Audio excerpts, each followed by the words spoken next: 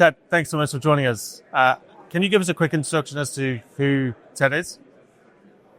So 32 years, very focused on refrigeration, air conditioning, former chemical engineer, that's my training, but really captivated by the challenge in the HVACR space.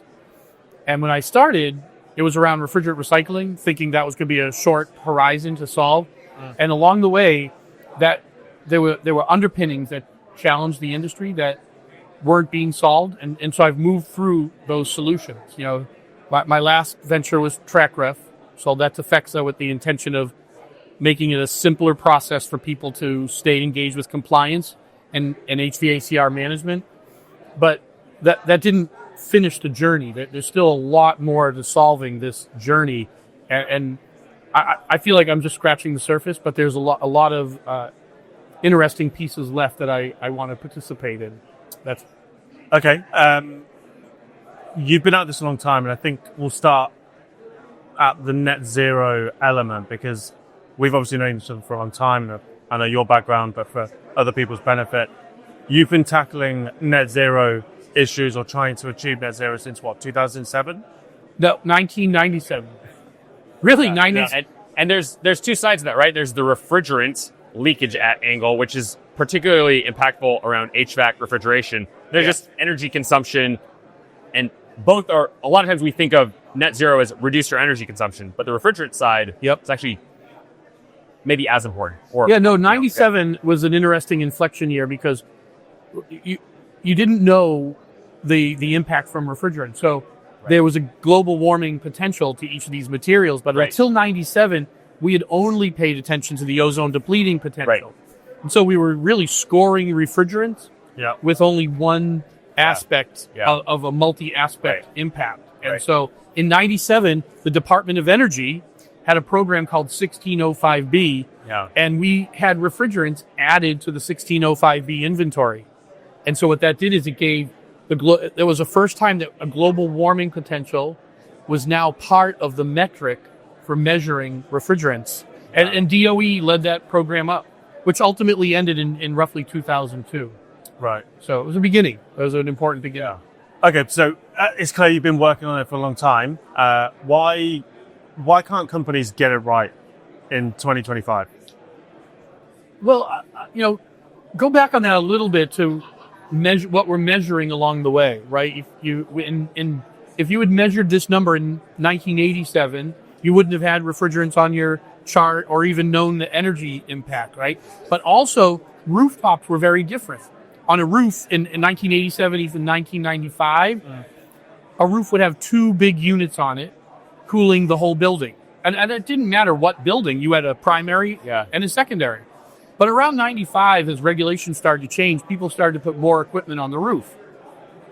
20 units, 30 units, 40 units. But we defined it in terms of tons of cooling, not number of units. So oftentimes you would look at a design on a building and say, oh, that's got 400 tons or 1,000 tons of cooling.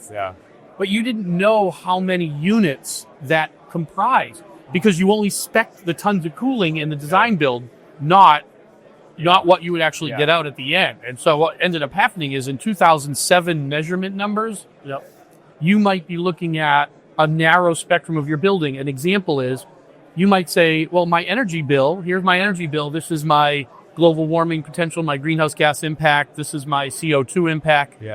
And then all of a sudden, you realize, wait, there's a scope 1 emission. I mean, we didn't have something called a scope 1 emission that was broadly used in 2007. Those are late 2019, I'd say post 2014 before we started to see scope 1, 2, and 3. I remember my first meeting in sometime around 2012 where scope 1, 2, and 3 were addressed. And people were like, just throw refrigerants into that scope 1. It makes sense. But nobody knew what that meant. So they would say, here's my emission number. It was a fictitious number, not intentionally fictitious. They just didn't have it. So as we get better measurement and better science and better metrics, now our numbers look worse. I remember the very first time working with somebody, and they said, I'm not sure working with you is a great idea. My emission rate with you went up, not down. And I'm like, no, your reported emission number went up, but your actual emission number is going down. You just didn't report it before because you didn't know it. And even today, if you look at scope 1, 2 emission numbers, roughly refrigerants make up about 55 to 57% of scope 1 emissions. Yeah. Most people are reporting 7-8%. Yeah, and that's the global warming potential. Like HFCs, which are the common current, we had the phase out you mentioned from CFCs to HFCs. The global warming potential of 1 unit of HFC is much more damaging to global warming or to climate change than a unit of carbon. Correct. It's kind of the core. It's like hundreds or even, Oh, no, it's tons. Yeah, We measure it in tons. So 1 pound of refrigerant is 1 ton of carbon. Yeah. And so you get big numbers very quickly. Yeah. And it accelerates. If you use a prescriptive versus a performance number, most companies use a prescriptive number. Yeah. That will accelerate your emission because you're using a 2007 IPCC factor. Even the EPA's website has a 2007 IPCC factor. Right. Before we knew what these factors would look like. So a lot of these companies are like, oh, we're just adopting this. That number is 18 years. Oh, that factor is 18 years old. It needs to evolve a little bit. And I actually think it'll go higher when it does evolve. But we're not keeping up and informing people early enough. And so it looks like our numbers are higher. They're really not. We're just better at reporting and record keeping. And I think Walmart's done an amazing job. Dollar Tree has done an amazing job. And what they're doing is they're looking at this holistically, and their numbers might look higher. But now it's putting pressure on their peers who aren't reporting as well to pay attention to those same scoping goals. How does, because from where I sit and over the last couple of years, refrigerants, it's definitely been talked about more, maybe because I'm starting to get into that space more. But it still seems like it's almost an afterthought. Like it's not as shiny a topic as some of the other topics out there. Like outside of regulations, what needs to change in the industry for refrigerants to be seen as like, we have to solve this quickly? Well, the EPA has the AMAS that was signed into place in 2020. So what that's doing is it's putting inventory limits on the industry. And in rough numbers, in 2019 or 2000, we were using about 600 million pounds of refrigerant in the United States annually. And these restrictions go into place. And what they don't tell you what refrigerants they're going to restrict, but they put an inventory cap on what can be consumed. That's 40% below the 2012, 2014 period. So that means, let's say we went from 600 million in pounds. Now the product mix can change, but now technically when you get down 40%, you drop 240 million pounds, you're down to 360 million pounds. All the average consumer sees is the price go up. But the reality of it is it's creating shortages. And we saw this last year with the 454B rollout across the whole industry. People couldn't get access to equipment because there wasn't enough 454B. Manufacturers shifted their pre-regulatory inventory from non-proprietary products like 410 and 134 to proprietary products like 454B, which then took the 410 inventory, like stockpile, out, and they had to shift pretty quickly to get this done. So are people feeling it? They are. They just don't know why they're feeling it. Interesting. But that's what's actually happening. It's interesting because the one market development, Honeywell has spun out its advanced materials business, Solstice, and they're one of, if not the largest supplier of refrigerants. They do other things as well. It's like, they're the largest. So, and it's interesting. That's just a completely independent business now. More, I think, the motivation there is just Honeywell becoming, as I call in my newsletter, deconglomeration at work, right? These companies have a lot of different units. They're conglomerates. They're becoming less of conglomerates. Well, without being too controversial, please. Well, I'll just say there's probably a very good reason that Honeywell spun that out.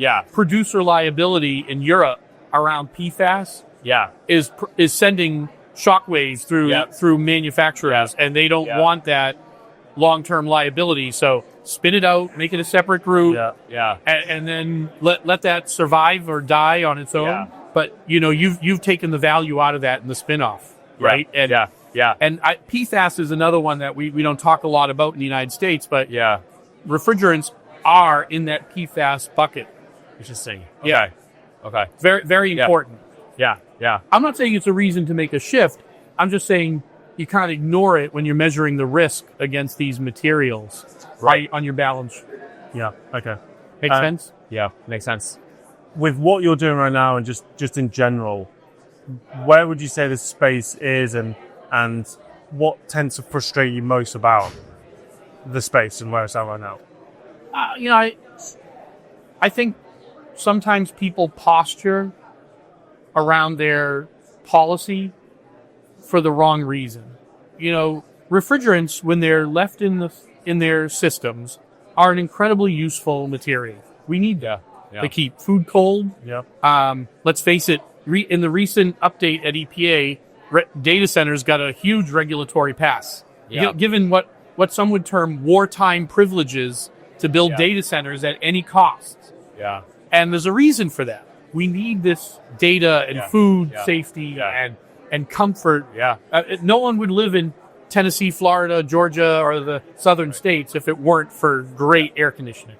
And name somebody that doesn't own a car with air conditioning, right? We all do. And so these things are really important. What's happening, I think if there's a frustration, it's that we make the assumption that somebody else is going to solve this for us. And that we don't have to be part of that solution. And everybody can have a hand in that a little bit. Every property owner, every investor. And I think Scope 1 and 2 emission reporting in the SB 253, SB 219 spectrum. Those are California. Okay. Those are going to have a really powerful, much more powerful than the regulatory exposure impact on this industry in a very short period of time. Okay, so staying on the theme of refrigerants, from a technology standpoint, do we have the right technology to solve some of the biggest issues right now? Or We do. The technology's out there, the money's out there. So what's missing? One of the biggest things is people. Well, the industry's short. We don't have enough mechanical tradespeople. We don't use our data well to predict outcomes. And we have all these terrific fault detection and diagnostics tools, but the FDD people, they're emphasizing a lot of things around energy. But and I've heard some of the stuff that you guys are doing. There's a lot in the operational world that could be done using that same data. Here's a point I've heard on that note. So you could look at what is the ROI of an analytics platform, which could be FDD, could be FDD plus. What I've heard, one, it's easier to quantify energy savings, which I think is true. But the other nuanced point I've heard is if I'm trying to buy one of these solutions as a owner of buildings and operator of buildings, I may have trouble getting budget approval unless I can point to energy. If I say we're going to save staff time, the finance department says, I don't really believe that. I believe energy savings. I don't believe that. And that leans everything into, let's just quantify it as energy savings. But I agree with you. You're probably leaving money on the table, quote unquote, because there's a lot of other value. Well, and I'll add on to that. There's a really smart guy out there in the sustainability space named Tim Moen. I don't know if, I follow him on LinkedIn. Great guy. And he framed this pretty well about a year ago, or not even a year ago, the winter. Resilience. Building resilience in a building is critical. And that resilience encapsulates energy, but also people. If there's not enough people to solve the problem, then you need to use energy to leverage those people to get them more focused on the actual problem, not the one that you're treating today, right? Like you're treating a symptom today in a building. We have to get to the point where we're leveraging this data to solve the problem on the performance of the system. And the performance has an energy attribute, but food safety, data center performance. I can't tell you how many times I've been called in to evaluate performance in a data center, and the secondary or third system in the data center doesn't function at all. Yeah. And they're happy to just say, oh, well, the primary's working. We'll get to that secondary and third phase support later. Yeah. Interesting. That's not resilience. That means that data center is incredibly vulnerable. Yeah. And so there's a lot of that. Or a building that, has an occupancy issue, or food safety, like they overstock a food aisle. I mean, I know it sounds crazy. Lose some to spoilage. Yeah, and so this food safety issue becomes a really big deal. Like, so instead of avoiding the spoilage issue, just have backup. Or not even a backup, or have the data to tell you, hey, you're overstocking that cabinet, in a very short period of time. Yeah. Literally, I just did a study the other day where we analyzed stocking produce in the middle of the day. Yeah. And what we found was they're overstocking it because they have the labor at that time to do it. If they had just spread the labor out, stocked part of it now and part of it later, they would have less spoilage. Interesting. Of that food product. It's a really important thing. Yeah. But the question is, who's reading this data? Yeah. Not only do we have a shortage in the mechanical manpower, but we have a shortage in the manpower reading the. But my sense is, you make great points, Ted. My sense, you hear like food spoilage is a really interesting one, because if you're a seller of food, your margins are very small. So throwing away anything actually does have a big impact on just your overall financial health. I always hear anecdotes of, there was a hurricane, power went out, we were able to monitor remotely the refrigerant system, or the freezers, the cold storage, we were able to actually keep a bunch of food. Whereas had we not had that connection and that visibility and that data, to your point, we wouldn't have known, and we would have to throw everything away. But it still feels to me very anecdotal. Like, it's not an industry-wide, you must do this, you must do that. Much like there are certain things in industries where everyone's doing this now, right? There's not enough manpower. I've seen tons. Okay, interesting. These whether it's a grocer or a food retailer of any kind, or a cold chain company. Well, I mean, just broadly speaking, like if you think about trades, like refrigerant is kind of it's a very technical niche part of the space. Like, it can seem very niche-y, but it touches a lot of different points, and it's the canary in the gold mine for the impact. And these leaks or these food safety issues, we're managing by exception. So when we have a hurricane, we know to keep our eyes on that store and monitor it. But when you have 1,000 of these locations, or 400 or 300, you don't know which one to look at first, because they all red lighting you, and you have to drill into that red light and figure out, is this a true red light, or is this yellow? Can I? How do I accommodate that risk?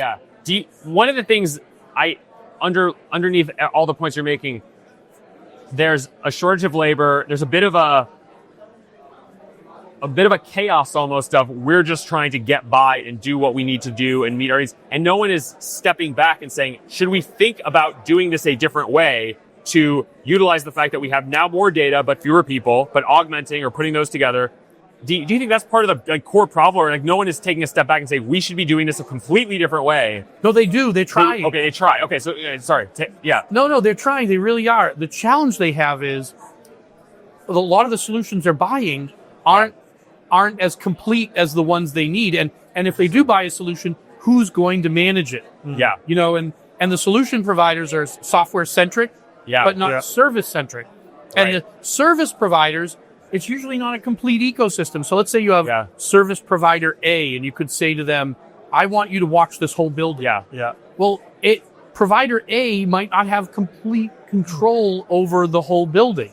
They might be your primary, but then you have a secondary, and they don't have that kind of control or access. So it's going to take a shifting in responsibilities. And I think something we've spoken about off air is that a lot of technology today is built and sold to building owners, but needs to be built and for the actual end user, like the trades, the technicians in the field. We build it for all the smart people who have access to these display screens. They sit at their desk and nice dashboards, and they can go get coffee at a machine. You know what it's like to be a tech? You have to find like a good McDonald's to go to the bathroom. You're not exactly sitting in a really comfortable environment to be reading this data from. You're in your truck, or and your screen doesn't load, or you're like, I get too much data but not the right data. It's really not an easy challenge. So I think if you created a hub and spoke, more of a hub and spoke like relationship where you have a centralized team of experts that could inform the external people, and you create like a symbiotic engagement of of data and mechanical interaction, that shows some merit. I've seen it work, but it takes a much bigger investment than just buying software. You have to buy software, staff a team. Yeah. I will say your software spend to team spend is 7 to 1. You're going to spend 7 times more money expanding that team than on that software. And so you don't just buy the software, you have to buy everything that goes with it. Or you're not going to get what you need out of it. What would you buy with it? You'd buy those services, people that I mentioned to you. Like the bolt-ons. Yeah, you'd get all those things that you have, that I've referenced, like HVAC tech, a refrigeration tech, an electrician, a plumber, you would, an energy person, a controls person, a multiple controls people, because we're not working with one vintage of equipment. We're working in all these cases. We've got decades of technology that's out there, and you gotta build for that, and it's going to take not 1 year. So if you come back to you buy something, you come back at the end of the year and go, how do we do? Well, we made 5% incremental improvement. Yep. And is 5 good? No, 5's terrible. We wanted 50. All right, well, next year.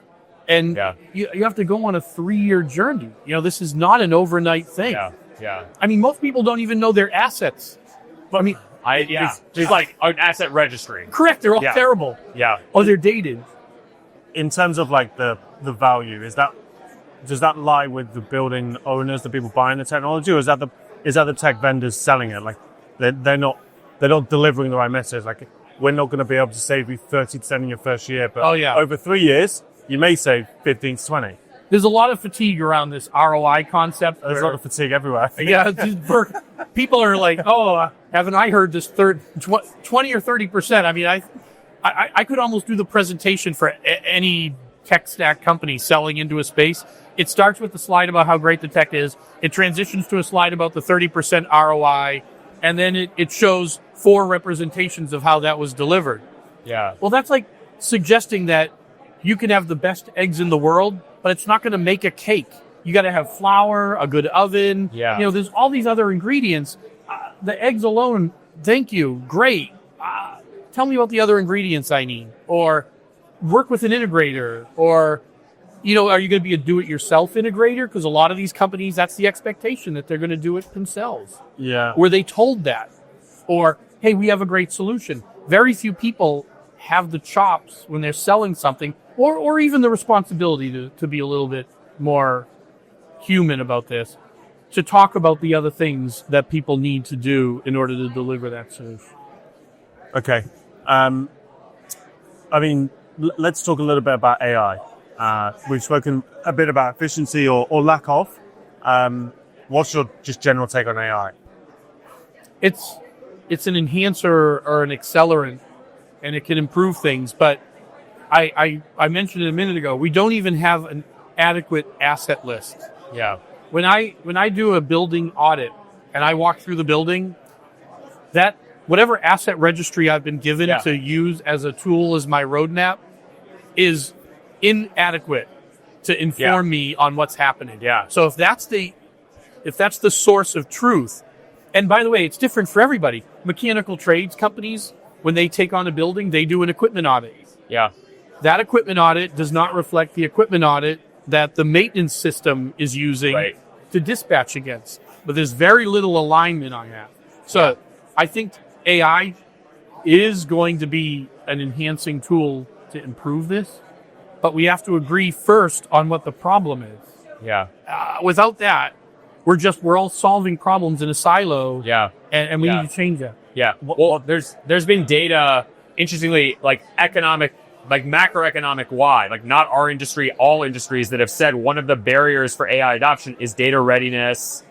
Staff training and readiness is another one, but really the data readiness piece has been identified as a barrier to AI adoption across all industries. And you could argue real estate, facility management tends to be later in the adoption curve, not ahead of the adoption curve when it comes to new technology trends. So you could argue what you're saying aligns with the fact that we'd love to use more AI. Our data isn't ready yet, or we're not organizing our data yet, or we don't have it in a position that's consumable by AI. We have to solve our less sexy problem. Yeah. AI is Yeah. this really sexy term, but it needs a great asset registry. Yeah. AI is Yeah. going to help us inform techs on what to do. But first we have to know, did the data that we get from the building management system, energy management system, was it on updated drivers? Yeah. I mean, if you ever do a store audit or a facility audit, the number of controllers that are offline or haven't had updated drivers is absolutely shocking. And it undermines the entire possibility of using AI for betterment. And so I think we have to solve these base problems first. The other interesting data point I saw, I put this in my newsletter maybe 2 weeks ago, 4 weeks ago, but recently there was a report, a real estate, kind of like a real estate outlook report. I forget who published it, but it was one of the big, consulting firms. And they noted definitely last year's survey, this year's survey, in terms of where were you at in the adoption. It was just a survey of like basically pick one of these 5 buckets, ahead of the curve, behind the curve. They didn't say it like that. There was a big pullback from last year to this year of just like, I am deploying and using and getting value out of AI. And there were many more people who said, I'm interested in researching and I thought that kind of fits in with this other theme of maybe you were very bullish on AI and then you realize, wait, my data is not clean enough to use it. Okay, I have to go back to square one or back a couple steps. So it kind of aligns with the same points you're making. In almost all situations when I see an FTD solution start, the momentum to go into place, the underpinnings aren't addressed in the sales cycle. Like the question doesn't get asked. Like, what's the quality of your data registry? When was the last time you updated drivers? Have you done a digital audit of your facility? And I usually get called in at the end of these things where this isn't working, Ted. We hate this technology, and it's usually not a technology issue. It's a basic, guys, you have a really bad set of data to start with. And we have to start at this other, less sexy place and improve that, and then this can work. But that's universal. And by the way, that's Fortune 50, Fortune 100, Fortune 5. I mean, this is universal. Or they did an asset audit, and the team that did the asset audit didn't pick the right attributes to choose in the data capture process. So they missed huge chunks of data. So they didn't get a buy-in from the whole group. And then that's lost. And then that leads to failure. So 2026 then, what if you're a company buying technology or thinking about technology, what are they looking for? What do you think they should be buying where there is genuine in that first year, 18 months return on investment? Yeah, genuine's a great word. I would invest in evaluating your readiness for sharing your data and have it tested. Don't rely on your own internal team to give you a score because they might not be as objective as you want them to be. And you don't have to do it everywhere, but do a representative sample, but verify that data is as good as you need it to be. And then ask your vendors, if you're buying technology, what's the expectation, in order to leverage what you're selling me or potentially buying?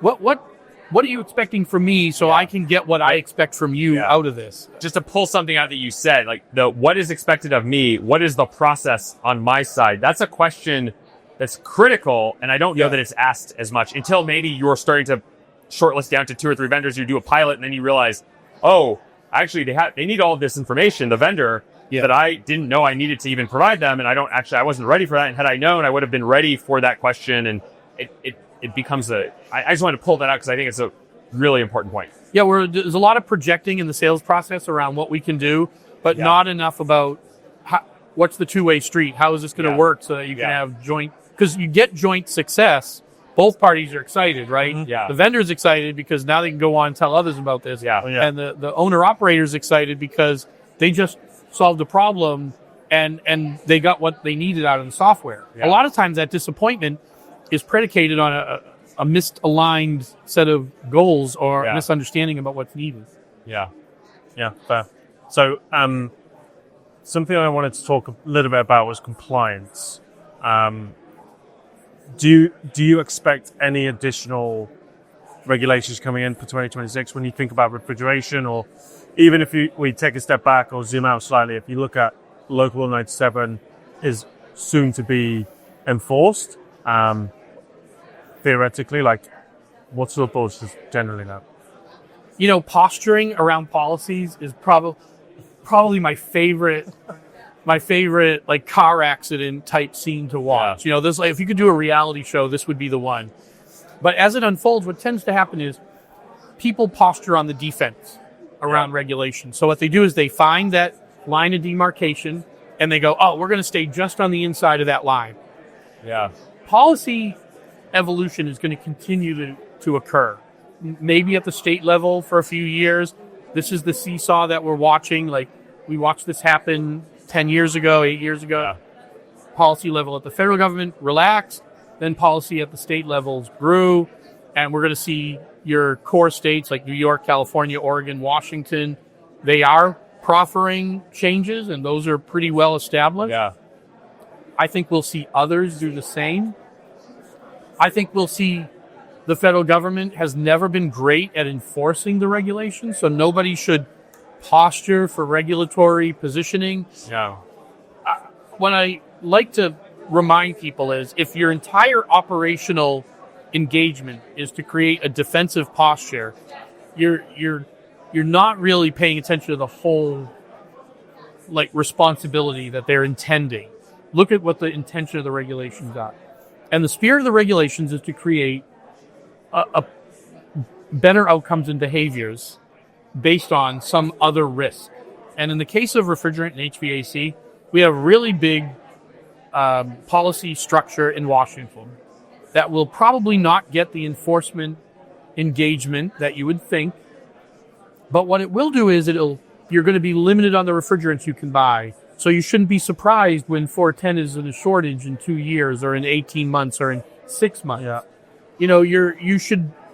You should engage your team to lean out a little bit further into that, not to become policy experts, but to balance that policy with good operational outcomes so that you have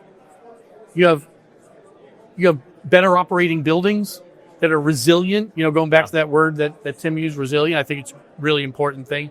Yeah. But also so that these teams aren't challenged at the last minute. Like in the state of New York, 494 seemed like it was a roller coaster for operators last year in January. It really wasn't. It was pretty well prescribed outcomes that were happening, and they just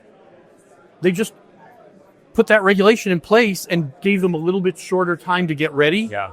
But it was that train had left the station 2 years early. Yeah. So it wasn't a surprise. So nobody should be surprised in 2026 or going forward. These are at-risk appliances. We still have a responsibility to deliver cold, comfortable, clean environments. And with that responsibility comes the other responsibility of knowing how those things impact your risk platform. Okay. Does that make sense? Makes sense. Makes sense. Yeah. Yeah. So we're obviously recording this at FutureBuilt. Is there anything today that you're hoping to see or hear or people you wanted to meet outside of Joe and myself? Of course. No, I mean, I'm an avid watcher of all that you do, so I appreciate it. With your shackles on, as we've tied you down. Well, what I hope to come out of FutureBuilt is something so simple that I think everybody in this room could agree on it. And it would be a structured asset taxonomy that every CMMS, energy management system in this room could adopt, so that whether your data is in one product today and another product tomorrow, or you're using two different products to piece together an ecosystem of energy and building management and CMMS, everyone agrees on the category, type, subtype, and kind. Yeah. And we can all, as a result, make that data more portable. I mean, even our phones, that we all have the same adapter now. We don't have to shop for 6 adapters and open up your road kit, right? Do you think that's a bit of a pipe dream, though? No, I know. I think it's adoptable. I think it's.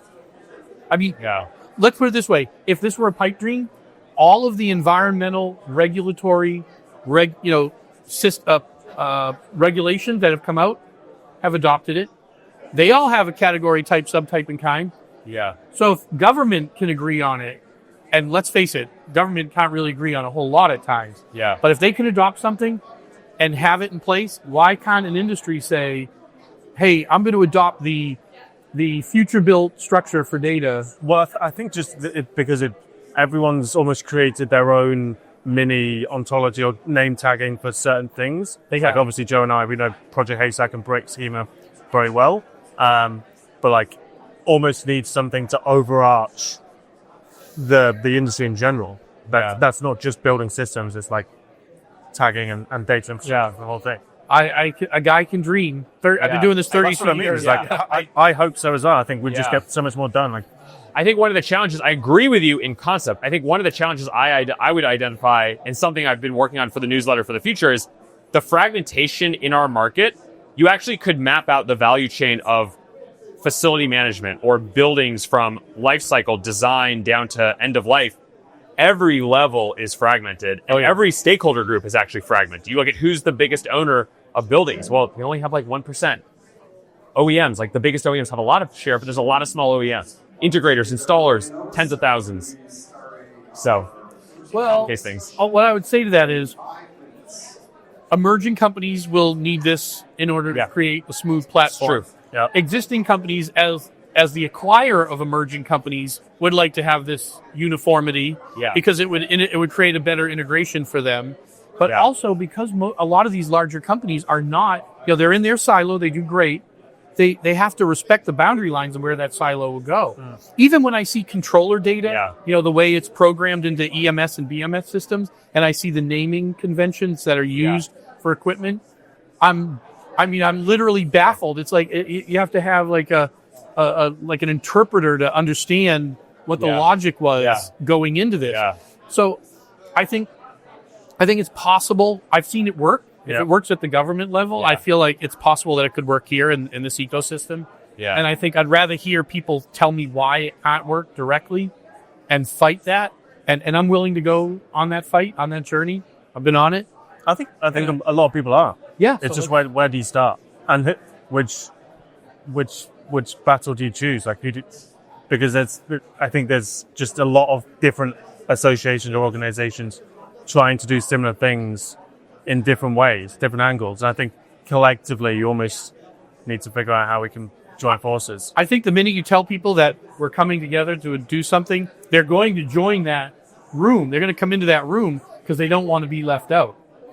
And I think you build an ultimatum. You're being very optimistic, Sal. I like this. In 9 months, well, whoever's in the room is in agreement. Let's say you get 10 manufacturers and 10 or not manufacturers. Well, it could be manufacturers, but 10 software companies, 10 companies in CMMS, asset management, and you put them all in a room, and they're the only 10 that agree, and the other 100 don't. Well, those 10 now have an adoptable, usable advantage over the hundreds that chose not to. I think that's the win. True. Yeah. We've only got a couple of minutes left, so let's dive into some quick fire questions. Okay. Ready? Favorite building in the US? I don't have a favorite building. If I had a favorite building, Your own home? The Monahan Pentagon? Train Station. Yeah, I do like that one.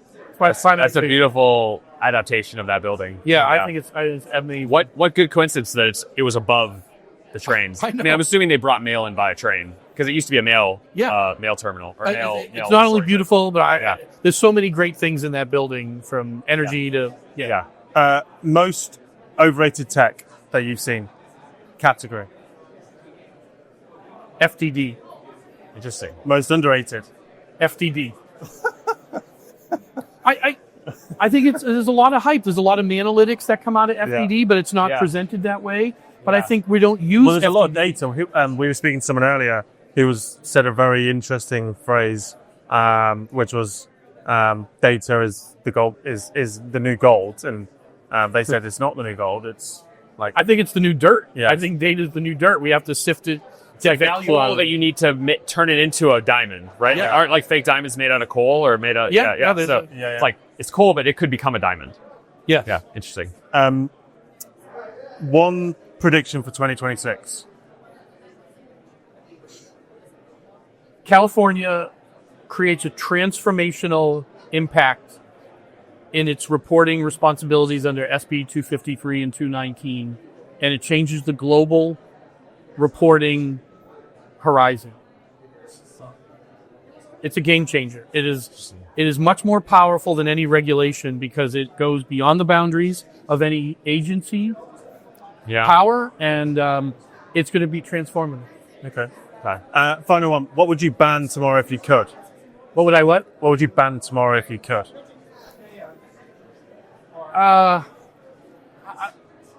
If I could ban anything, it wouldn't be a thing that I would ban. I would just, I would ask people to be more open-minded when they face anything. I don't think we're open-minded enough when we look at a... You try coming to the UK, it's worse. Is it really? Can it be? Well, I think this is one of the many reasons I like coming to the US is because there is a general optimism about anything that you could achieve or do. Whereas in the UK, tends to be fairly reserved, fairly pessimistic. Yeah. Keep an open mind. Yeah. All right. Thanks, guys. Ted, thank you so much for joining us. Stay tuned for some more episodes at FutureBuilt coming over the next couple of weeks.